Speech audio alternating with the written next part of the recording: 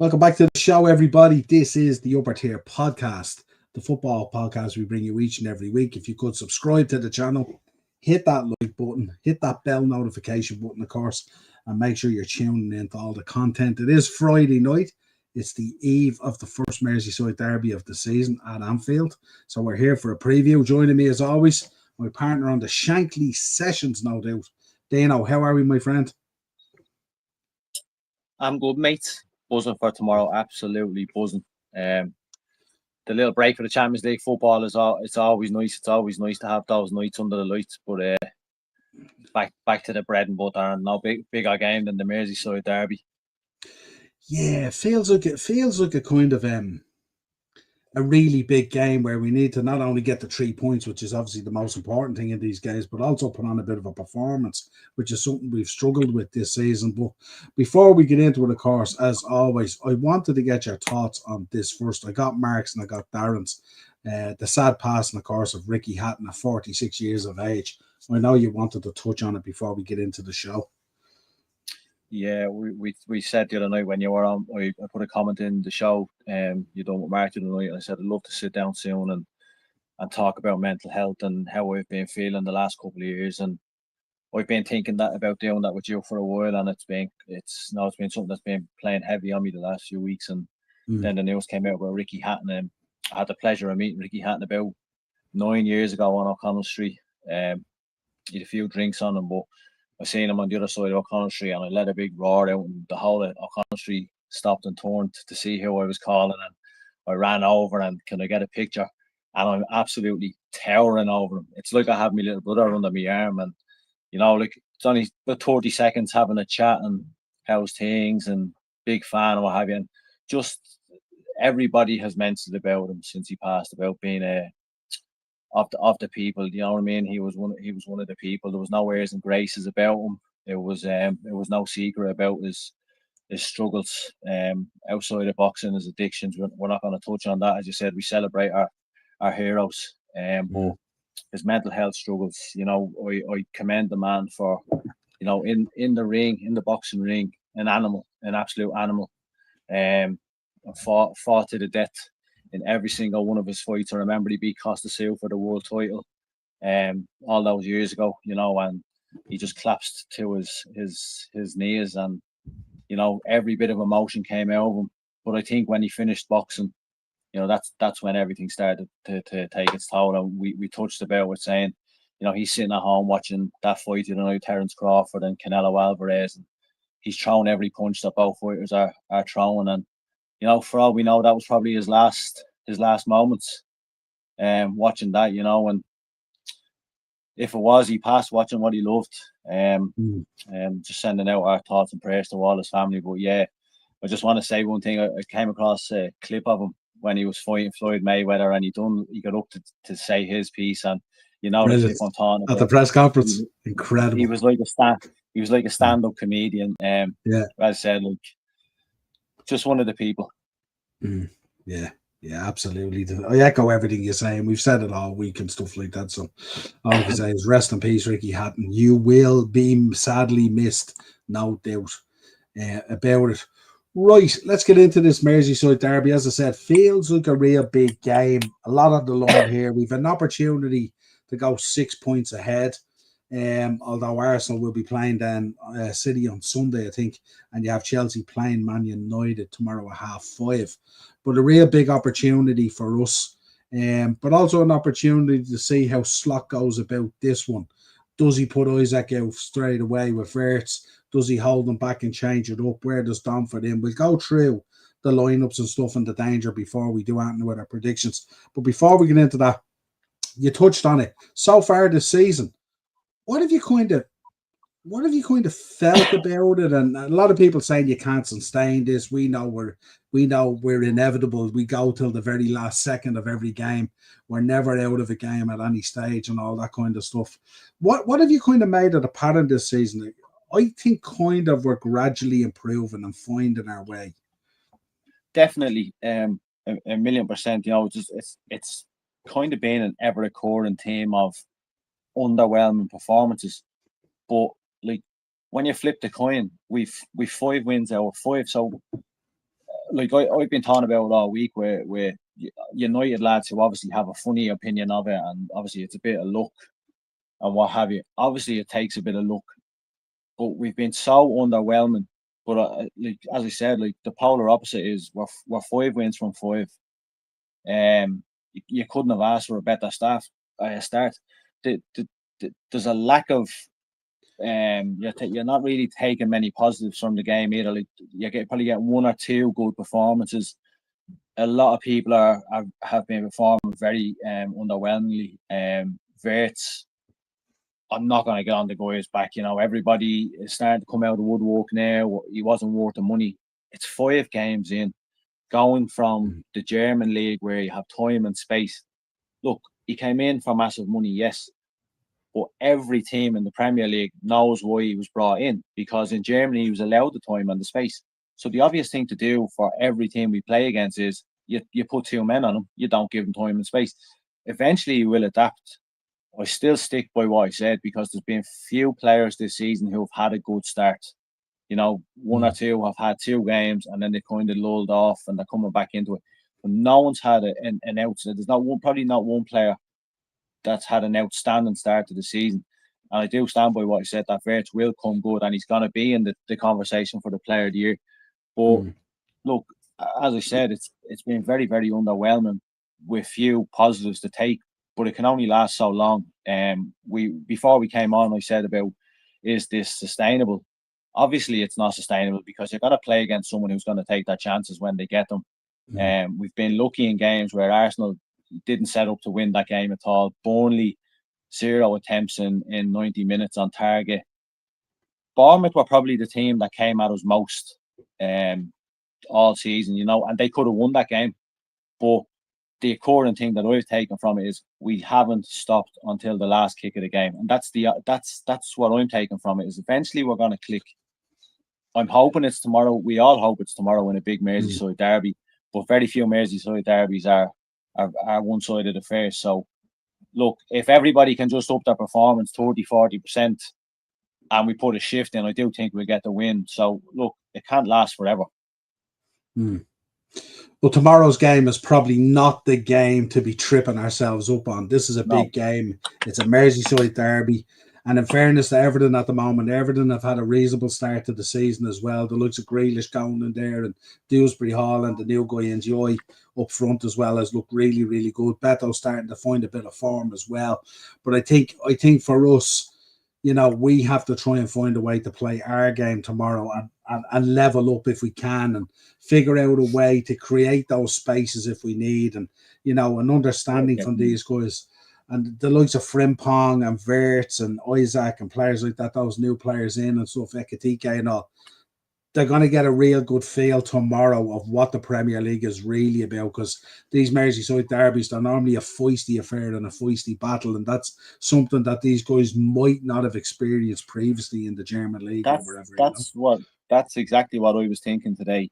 There's so many faces in tomorrow's starting 11s that this is their first Merseyside derby, and we've seen, like, you're a bit older than me, as far back as you can remember.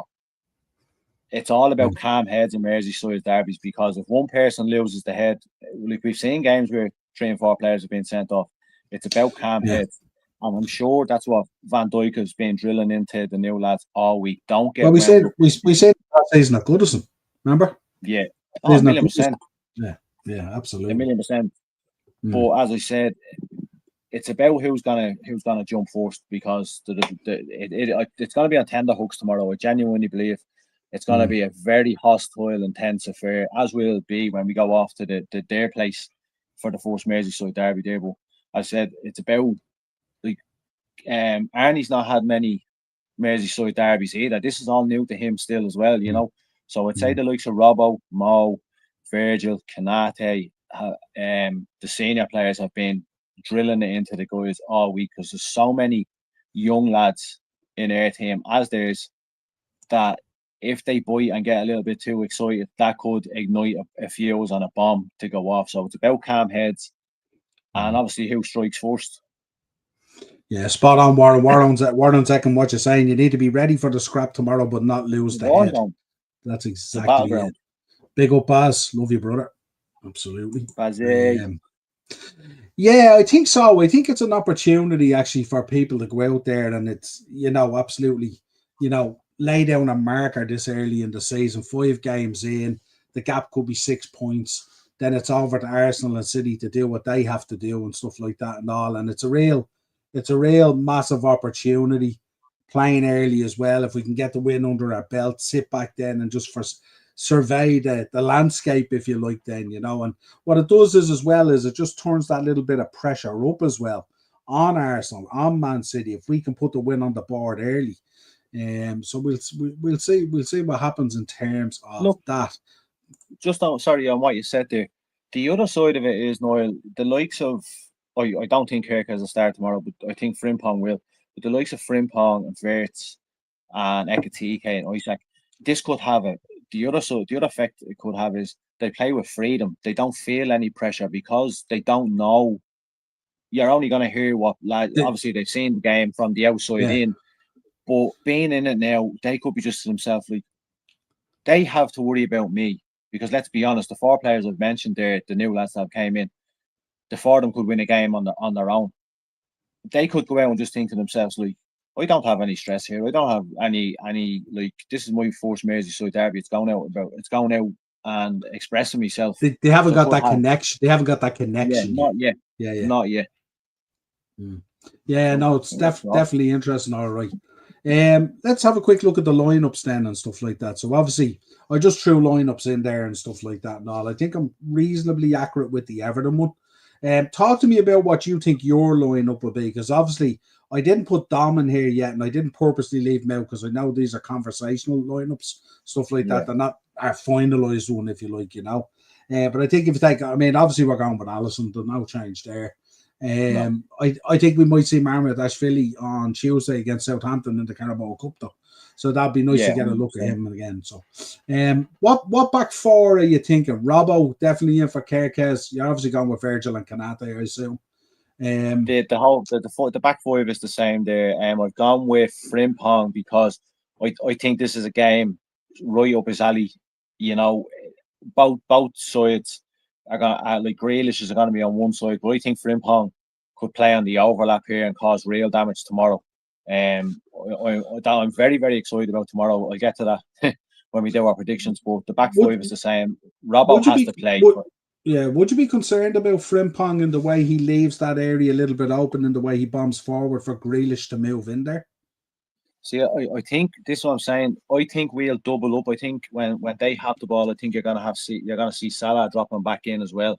I think we're gonna double up on Grealish, but just with Frimpong's pace, if we catch Everton on the counter, I think we could leave them for dead. Now I'm probably hyping this up to be a 0-0. But I just think tomorrow is look. I understand what you're probably thinking about Bradley and being more reserved, but I think having Robbo on the other side, that will bring the calmness that we'll need in the back 5 tomorrow, which will allow Frimpong. This is what I'm saying. Robbo can step in when we attack. Robbo can step in as a back 3. I wasn't necessarily thinking about Bradley either, because I know Bradley's only kind of come back in and he looks a little bit rusty and stuff like that now. I was thinking, what way would you like to set up in terms of, like, I think Dom, and Darren said it last night, Dom plays tomorrow, there's no doubt about it.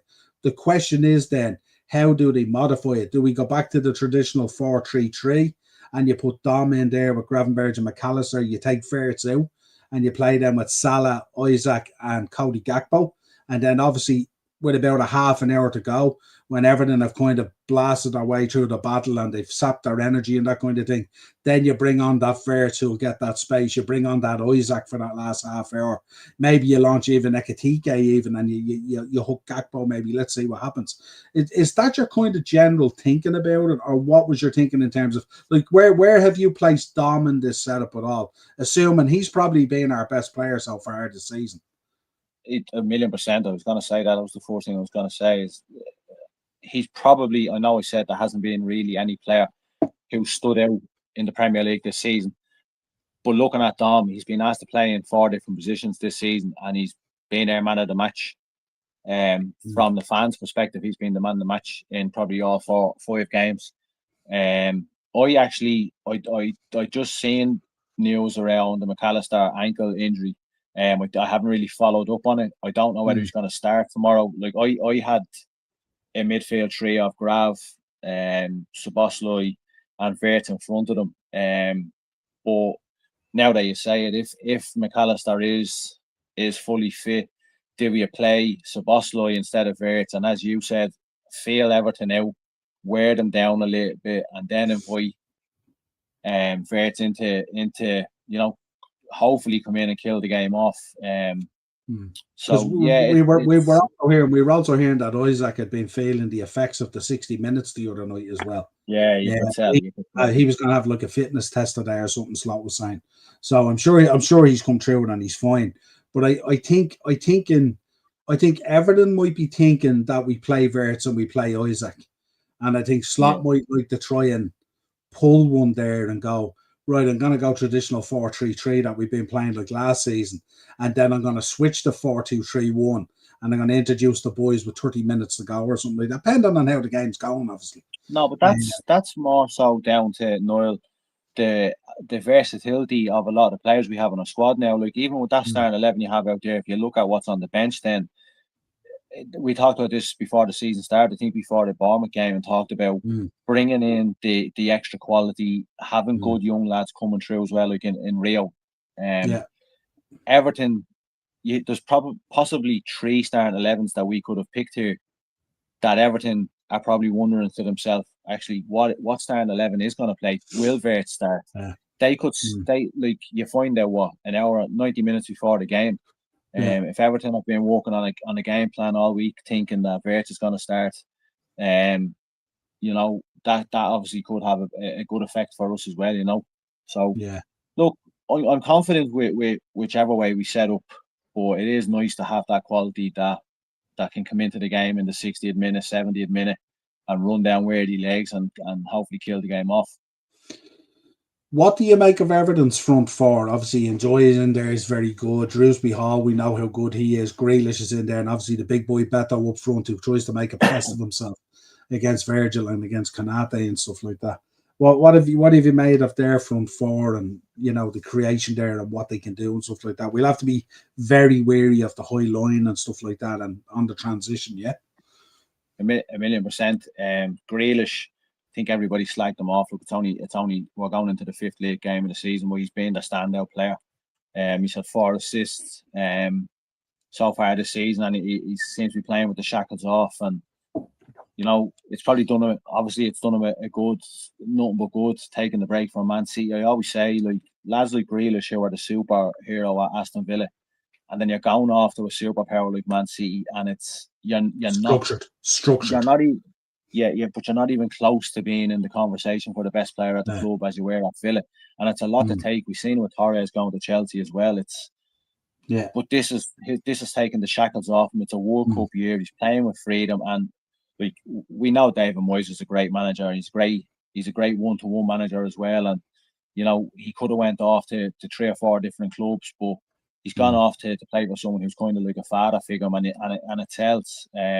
Look, I hope he has a bad game tomorrow, but I've slacked them off many a time. But the lads who you have quality, you want to see them performing because it's great for us to watch as fans, having that quality. But the lad in Doi, I've been very impressed by him and Drewsbury Hall, the wedding venue. When you change things up at clubs, it can go one way or another. So far, barring the defeat to Leeds on the opening day of the season, I think in the last 4 games they've had 3 clean sheets. They're having a very promising start to the season. There's a lot of neutrals who have been listening to during the week saying that this could go either way. It's a game of football. It can obviously go either way, but again, like us, there's 4 or 5 new faces in the Merseyside derby that could have the same ideology as what I've said and go out and play with freedom and have no intense connection to the fixture and go out and express themselves. So that's why we always say, and the pundits always say, that it's always a feeling out affair and a very tense game. But tomorrow could be gung ho. Both teams could just come out flying. Like, we can't perform any worse. Like, let's be honest, can we perform any worse than what we have? We have to put in a good shift eventually. Yeah, well, I think I was very encouraged by the Atletico performance because we created an awful lot of chances. We just didn't finish. I mean, Salah missed a few. Ekitike missed one or two. We did a lot of good chances. I mean, in theory, on that Atletico game, we should have been 4-0 up before they even scored, to be honest, you know. So it's all about taking your chance in this thing. And you can see from both teams there on the graphic, there is that gulf in talent and stuff like that, but it's only there if the likes of Vert and TK and Isaac and players like that show up and perform.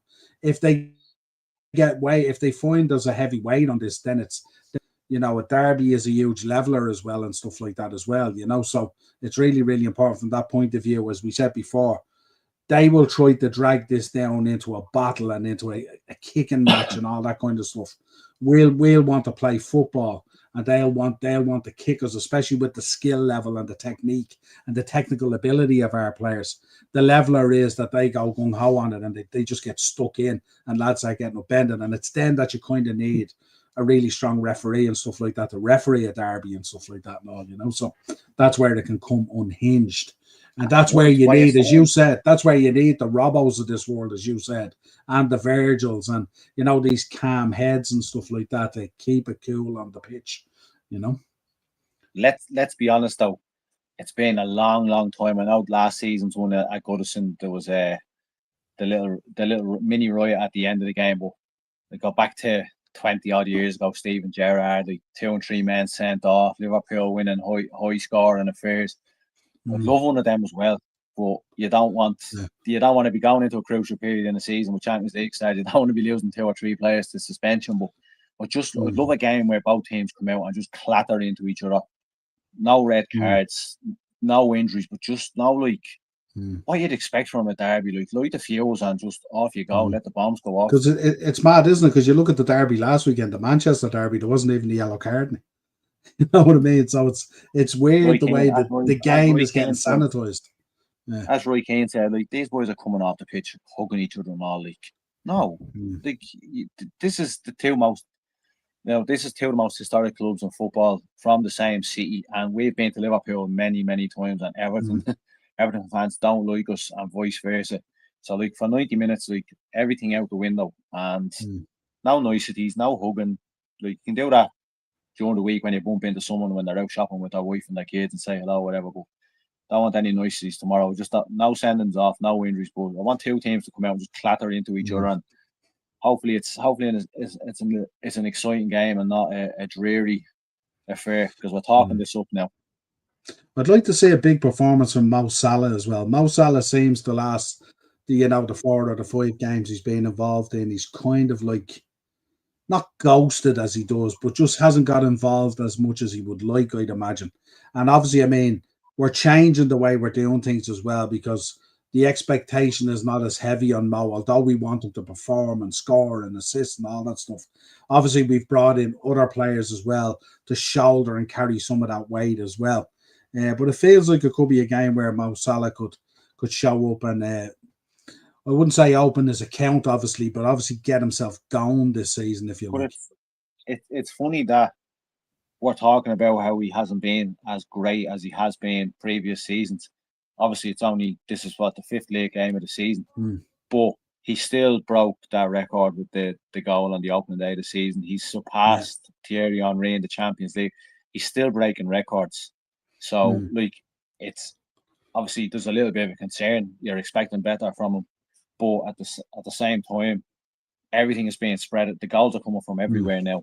You know, if he starts to perform the way we expect him to, we're going to steamroll teams. And as I said, we can't perform this underwhelming for too far long. I do think that eventually someone's going to get a bad hiding. I hope it's tomorrow. Yeah, just to let you know as well, in the Irish Premier League at the moment, League of Ireland, it's 1-0 to Bohemians against Waterford, and everything else is 0-0 at the moment. So not many goals there tonight. And I think there's 38 minutes gone. 38 minutes gone, 1 goal so far in the Premier Division. And just to let probably people know. nobody at the games because it's an absolutely miserable night. It's a howler night. It was horrible coming home from the gym as well. Yeah, it was absolutely horrible. Right, give us your score prediction, and who are you thinking? I've been dwelling on this all week because it's always a hyped up game that tends to be a very, very tight affair.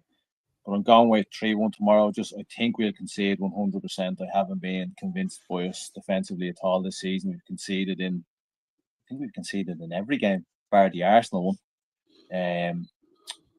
So I'm gonna go with 3-1. I do think we concede it. I think it's all about. I think if Everton get the first goal, they're just gonna shut up shop. You're gonna get a Burnley. Sorry, we didn't concede against Burnley as well. But I think if Everton score first, you could see them shutting up shop. And I hate those games where you concede early, and it's especially at home because it gets a very cagey affair. We love watching Liverpool when the crowd. You can feel it in the crowd as well. You can feel the anxiety in the crowd. The ground at home. So look, I'm expecting us to come out of the blocks fast tomorrow. I know we had a game on Wednesday, but I just think tomorrow, Virgil asked the fans. He said we don't want just the odd game here and there. We want every game. I just think the Everton game. I think it's come at a good time as well. Time to step out of the shadows for a lot of players. And as you said, you have the carrot dangling on the stick of you get out, get your 3 points, and you can sit back. With the week's break for a lot of the lads, 6 points ahead, and then hopefully results go away behind us. Southampton then on Tuesday, of course, in the Carabao Cup, which will be interesting. I'm very excited to see a lot of the new lads coming in for a lot of young lads too. Sorry. Who were you looking for the goals tomorrow? Who are you thinking? I've said it every game that I'm expecting Verts to step out of shadows. I think there's a goal coming tomorrow for him. I'm hoping Mo steps up. I really do. But look, you're going to take the goals from wherever. I mean, I don't think Isak will start tomorrow. I think he'll go with Gakpo. Gakpo hasn't really let us down this season. I think he'll start with Gakpo and Ekitike up front. I think Hugo could get on the score sheet tomorrow. But look, I don't care who gets the goals. Just get the 3 points, and hopefully the names we've mentioned there, they step out of shadows tomorrow and show us what we've been waiting. What was your thinking on the Everton goal? You were talking about Beto. I've been talking about him. I was talking about him today in work, and when I was doing my notes before we came on, I have heard Beto's been underwhelming. He's had, as I said, there's been a few players standing out, but I think he's had a good game, and then he's had a very quiet game, and then he's had a good game, then he's had a very quiet game. That front four is going to take a bit of time before they all gel together. It's a completely different setup. The three behind him, they've come into the club fresh faces, so they're still finding their way. Hopefully they don't find it tomorrow, but I think Beto or Grealish with the goal for Everton tomorrow. I think Grealish is going to have a good game, so I'm interested and I'm excited to see him up against Frimpong if he starts. Do you know who always worries me in the derby for a goal? Right. Michael Keane. Because every time there's a corner and you clear it, it always falls to his feet, and he has a right old peg on him when he takes an out shot. And I always worry about Michael Keane because he kind of goes unnoticed as well. Like when you're looking at this and you're setting up to defend from a corner, you're looking at the forefront boys as well. You're obviously looking at Tarkowski as well and O'Brien because they're big lads and stuff like that and all. But Keane always seems to be that guy that when you clear a ball, it lands at his feet every single time because he always hovers around that 18-yard line. He doesn't tend to go in. There's been a team with Everton against Liverpool games. If you look back over, especially at my time as a Liverpool fan, I can remember a lot of times where Everton defenders have scored. David Unsworth, Phil Jagielka, Tarkowski, Seamus Coleman. Like their back four, especially on set pieces, are a massive threat. I remember Jagielka scored an absolute rocket from about 30 yards out to equalise in late in stoppage time, and I think it was into the top end as well, into the top corner against us about 15 years ago. So I'd be the same as you. Definitely on set pieces. Like Jacob Ryan is massive. Kane, he scored many goals. in his career. Tarkowski, that goal last year to equalise at Goodison.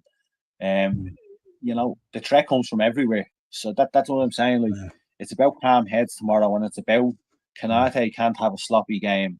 Virgil, you know, he hasn't been 1,000,000% this season. He was fantastic the other night against Atletico. So let's follow that up. And Robbo said it the other night. He said, I've very seldom I've had someone coming in of that quality to push me. And now he seems to have got the chance and he's taken it, that it's going to be a while, I think, for Kirkes to come back in, because, you know, Kirkes had a couple of fantastic games, but I think he's been a bit overzealous. You know, he's a little too excited. So I think, as Robbo said, he's taking him under his wing. He's learning every day from him. And look, Robbo's after taking his opportunity, and I fully expect him to keep it for a while. I think when new young lads like that come in as well, especially to a big club like Liverpool, there's a kind of they put a pressure on themselves to, you know, impress the manager or impress the you know, the senior teammates and stuff like that. When in reality, the only person you have to impress is yourself. You know what I mean? Because if we've bought you and we've brought you in, we believe you're good enough. You go and relax and show us what you can do. So I think with Kirkes, I think he's one. Frimpong is the same as well. Sometimes he's a little bit eager, but he just plays that way. That's his style. Whereas with Kirkes, I think he's trying to show the manager a little bit more when there's always a simpler option rather than coughing up the ball. So I think, he'll get this, and I'm sure he'll get minutes tomorrow as well. You said something there, Niall. Sorry, I don't mean to cut across. You said something there about play for yourself and all. It's going to be a bit cheesy, but Johnny Gargano always said, if you bet on yourself, you never lose. So lads need to go out. As you said there, don't be going out. The manager knows how good you are. That's the reason why you were bought. So you don't need to go out and do the extra 10, 15%. I always say that about Curtis Jones. The consistency is not there because you're overthinking and you're over trying every week. Do the basics, keep it simple. That's why you were the best left back in the Premier League last year. You don't need to do anything extra. We bought you because we know how good you are. So come in and do your thing and be yourself. Yeah, absolutely. Well, listen, it's going to be a great game. It is 12:30 and stuff like that. So it would be lovely to put win number 5 on the board and extend the gap to 6 points, even if it's only for 24 hours. Put the pressure back on City. I said it a few weeks ago when I wanted us to go top. I believe we're one of those very good teams where we can lead from the front. We're like a solid racehorse coming up the derby and stuff like that. And I think we can lead from the front and show them we can lead from the front. But I do think it's time to go out now and put on a performance. 5th game. Let's go out and express ourselves and show the quality that we have in the team and in the squad.